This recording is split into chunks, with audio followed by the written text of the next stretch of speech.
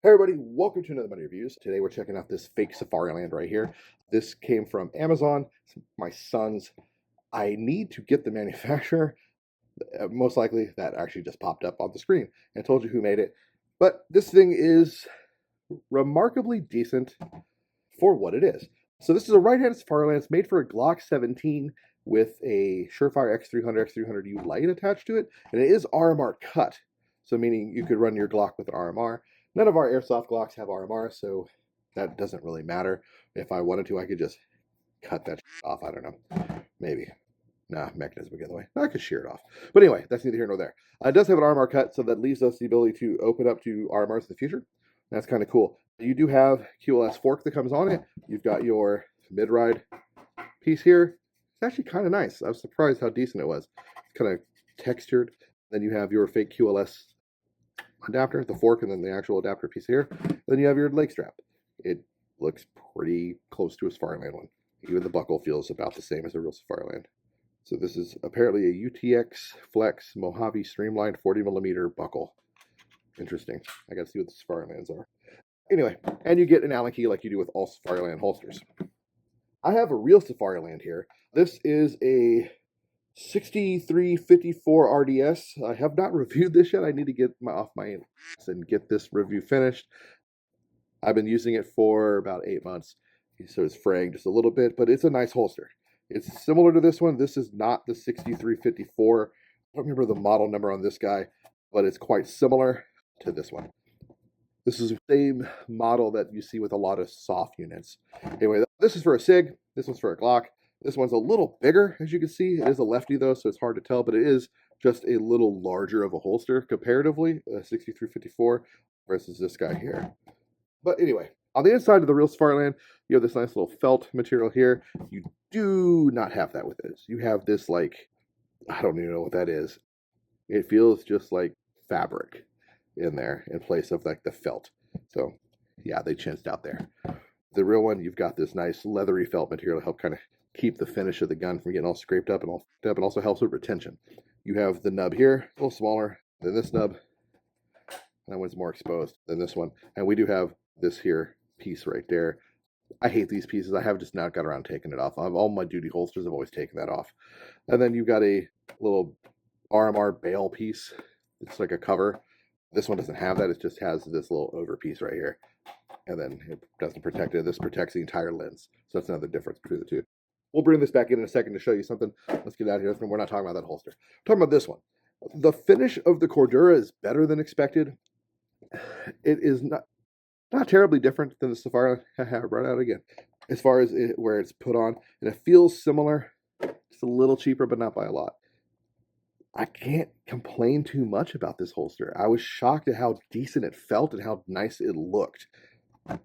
The actual mid-ride portions, this is a real Safariland mid-ride adapter right here with the real QLS piece, and they're very similar.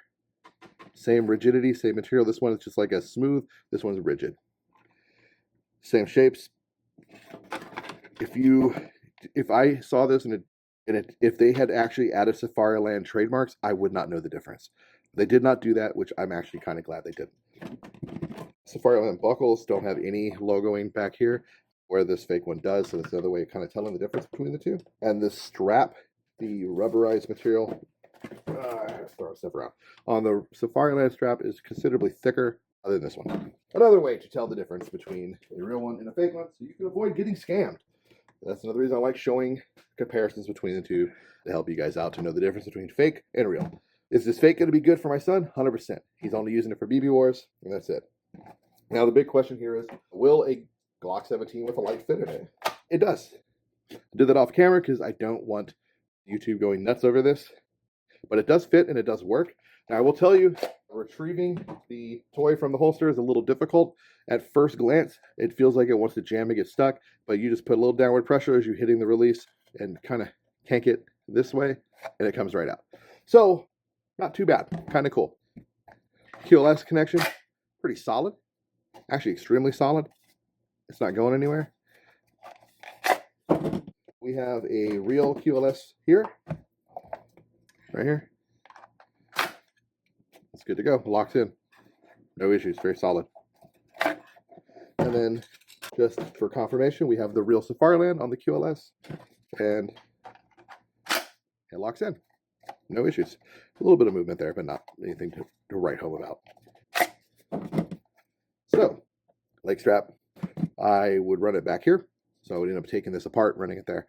Overall, not a bad setup. I'm really shocked. If I was a right-handed shooter, I'd probably buy one of these just to run for Airsoft because it's nice.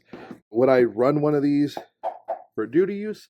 Probably not. The mechanism feels a little splashy, and sometimes, like I said, it can get a little hung up. So that's kind of like, you don't really want your firearm getting hung up when you're trying to draw it in a stressful moment. For airsofting and playing around, 100%. I would, if they made a left-handed version of this, I'd buy it tomorrow, just so I had one for my Glock and I didn't have to spend $150 to $250 on a Safariland holster.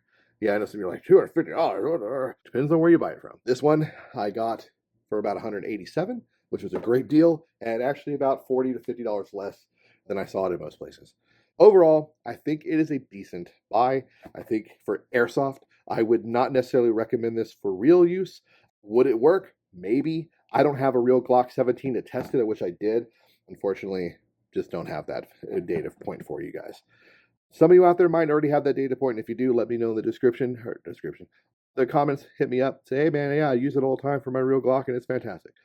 Good on you. I don't know if I would, but if you are a righty and you are an airsofter and you're looking for a cool looking, high speed looking holster that's in multicam cover for your Glock 17s, I can tell you it works great with a Union Fire Company. It works fantastic with a KWA, so that means it should work damn near perfect, if not 100% gorgeously perfectly for a Elite Force or the VFCs, because they're 1-to-1, and so is the Union Fire Company. KWA is a little big and it still fits. Anyway, guys, that's all I got. I hope you got something out of this review. As always, get out there, man. Play some Airsoft. LARP smarter, not harder. For my young folks, definitely don't waste your money on a big time fancy holster if you don't need to, because these repros will do you just fine. LARP smarter, not harder, guys. I'll see you later. Peace.